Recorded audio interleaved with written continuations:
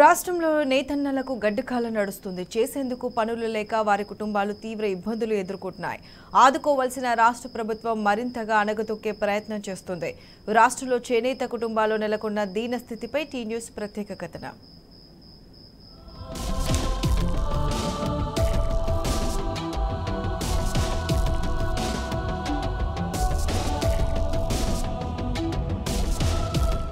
రాష్ట్రంలోని కాంగ్రెస్ ప్రభుత్వం వచ్చి రాగానే నేతన్నలను చిన్నచూపు చూస్తోంది. వర్క్ ఆర్డర్లు నిలిపివేయడం, చేనేత కార్మికులకు ఎలాంటి ప్రోత్సాహం అందించకపోవడంతో వస్త్ర పరిశ్రమ తీవ్ర సంక్షోభంలో పడింది. మరమగ్గాలు నడుపుతూ కుటుంబాన్ని పోషించుకునేవారు చేతిలో పనులు లేక తీవ్ర ఆర్థిక ఇబ్బందుల్లో కొట్టుమిట్టాడాల్సి వస్తుంది.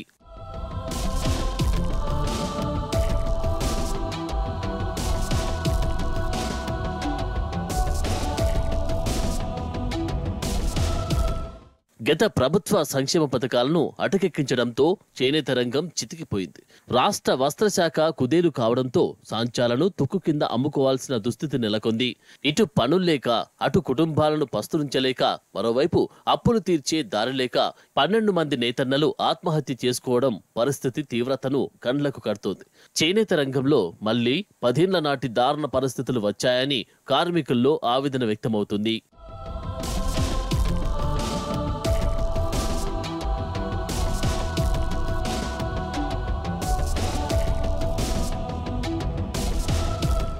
రాష్ట్ర ప్రభుత్వం బతుకమ్మ చీరల ఆర్డర్లను నిలిపివేసింది. బీఆర్ఎస్ ప్రభుత్వం 2017 నుంచి 2023 వరకు 7 ఏళ్ల పాటు నిరంతరాయంగా బతుకమ్మ చీరల పంపిణీ పథకాన్ని అమలు చేసింది. కష్టతరమైన కోవిడ్ కాలంలోనూ చీరల పంపిణీని కొనసాగించింది. ఏటా మహిళలకు 1 కోటి చీరల దాకా కానుకగా అందించింది. 25 నుంచి 30 విభిన్న డిజైన్లలో సుమారు 240 రకాల చీరలను 10 రంగుల్లో పంపిణీ చేసింది. ఇందుకు ఏటా ప్రభుత్వం 320 కోట్ల నుంచి 350 కోట్ల వరకు ఖర్చు చేసింది.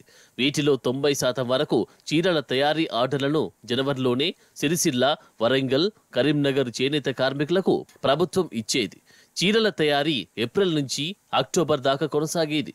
దాదాపు 15,000 పవర్ లూమ్స్ కార్మికులకు చేతి నిండా పని దొరికేది.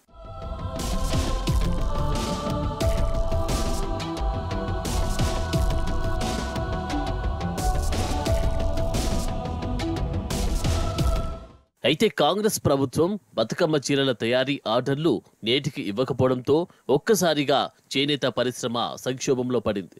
పవర్ లూమ్స్ పనిలేక, బాధలు తాళలేక నేతన్నలు బలవన్మరణాలకు పాల్పడుతున్నారు.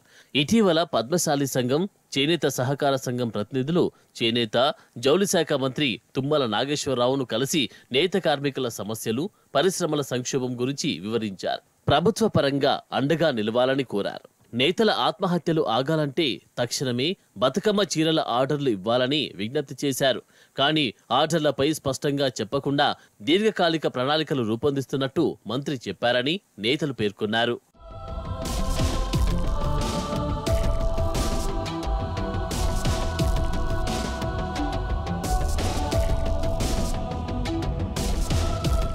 మరోవైపు కరెంటు యూనిట్ ధరలను కాంగ్రెస్ ప్రభుత్వం భారీగా పెంచింది. బీఆర్ఎస్ ప్రభుత్వం పవర్ లూమ్స్ కు 4 రూపాయలకే యూనిట్ చొప్పున సరఫరా చేసింది. ఇందులో 2 రూపాయలు సబ్సిడీ పోను, 2 రూపాయలు మాత్రమే చెల్లించాల్సి వచ్చేది. ఇప్పుడు దేశంలో ఎక్కడా లేని విధంగా విద్యుత్కు యూనిట్కు 8.5 రూపాయలు చెల్లించాల్సి వస్తుంది. 10 HP సామర్థ్యం దాటిన పవర్ లూమ్స్ యజమానులు, 10 లూమ్స్ ఉన్న యజమాని ఒక కార్మికుడితో 6 లూమ్స్ మాత్రమే నడిపిస్తున్నాడు. ఫలితంగా చాలా మందికి పని లేకుండా పోతుంది. మరోవైపు రాష్ట్రంలో నేతన్న బీమా, థ్రిఫ్ట్, నేతన్న చేయూత పథకాలు కూడా సక్రమంగా అమలు కావడం లేదు. నేత కార్మికులను యజమానులు చేయాలనే ఉద్దేశంతో కేసీఆర్ ప్రభుత్వం 350 కోట్లతో సిరిసిల్లలో వర్కర్ టు ఓనర్ షెడ్లను నిర్మించింది. విద్యుత్, ఇతర మౌలిక సదుపాయాలు కల్పించింది. కేవలం లూమ్స్ ఏర్పాటు చేయడమే మిగిలింది. ఈ క్రమంలో ప్రభుత్వం మారడంతో వర్కర్ టు ఓనర్ షెడ్ల వ్యవహారం నిలిచిపోయింది. లూమ్స్ రాకపోవడంతో నేత కార్మికుల శాశ్వత ఉపాధికి గండి పడింది.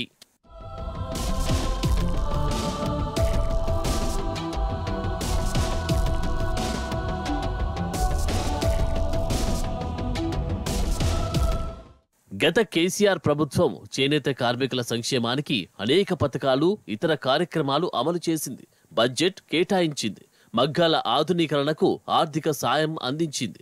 రుణాలు మాఫీ చేసింది. మార్కెట్ అనుసంధానం వంటి చర్యలు చేపట్టింది. వర్క్ ఆర్డర్లు పెంచింది. బతుకమ్మ చీరల ఉత్పత్తి, స్కూల్ యూనిఫామ్ల తయారీ వంటి పనులు అప్పగించింది. ఈ చర్యలు చేనేత పరిశ్రమకు పునర్జీవాన్నిచ్చాయి. ఆర్థిక స్థిరత్వాన్ని తీసుకొచ్చాయి. చేతి నిండా పని దొరకడంతో నేతన్నల ఆత్మహత్యలు ఆగిపోయాయి. గతంలో మహారాష్ట్రలోని భీవండికి ఉపాధి కోసం వలసపోయిన నేత కార్మికులు తిరిగి స్వస్థలాలకు చేరుకున్నారు. బీఆర్ఎస్ ప్రభుత్వ పథకాలను కొనసాగించడంలో రేవంత్ రెడ్డి సర్కార్ విఫలమైంది. ఫలితంగా రాష్ట్ర వ్యాప్తంగా వస్త్ర పరిశ్రమ సంక్షోభంలో పడింది.